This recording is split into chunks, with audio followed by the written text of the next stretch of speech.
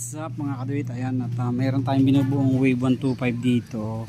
Ang problema niya yung fender niya wala na, bukod sa namumuti na ay natanggal na yung mga lock niya, kumakalog-kalog na. So ito yung project Wave 125 natin ngayon. So since hindi na nga magkakaari yung ating rear fender, umorder tayo ng bago. Ayan, dumating na yung order natin sa TikTok na rear fender ng Wave 125i. Yan, sa lahat ng mga gusto mag-order ng rear fender sa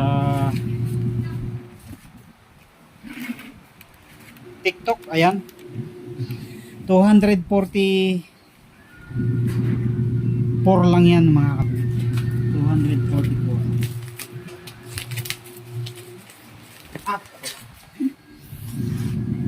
So 540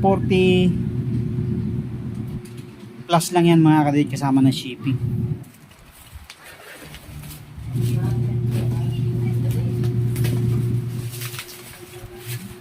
So check natin kung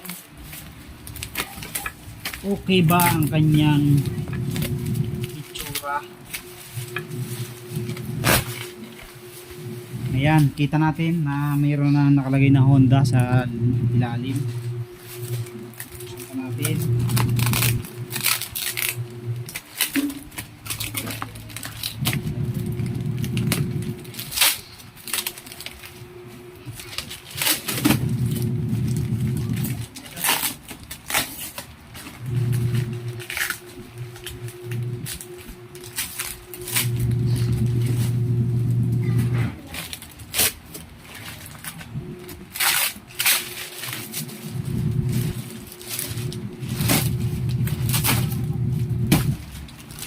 Okay. Ito na mga kabit.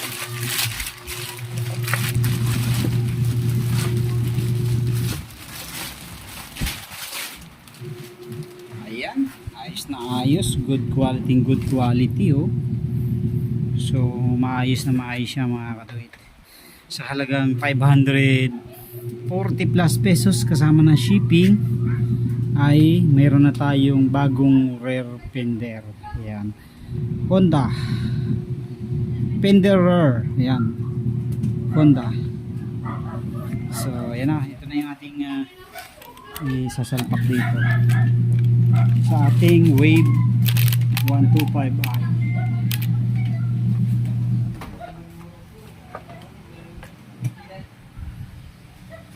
Okay, ayan, sa lahat ng mga gusto mag-order ng rear fender dito sa TikTok, i-click nyo lang po dyan sa yellow basket, rear fender po ng Wave i 125. Ayan, Honda Wave 125i.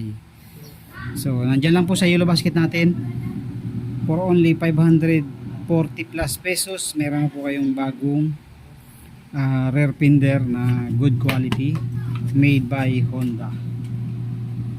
Ayan. Okay, palitan nyo na yung namumuti at kumakalakalampag na ninyong rear fender dyan sa inyong mga Wave 125i. Nandyan lang po sa yellow basket natin.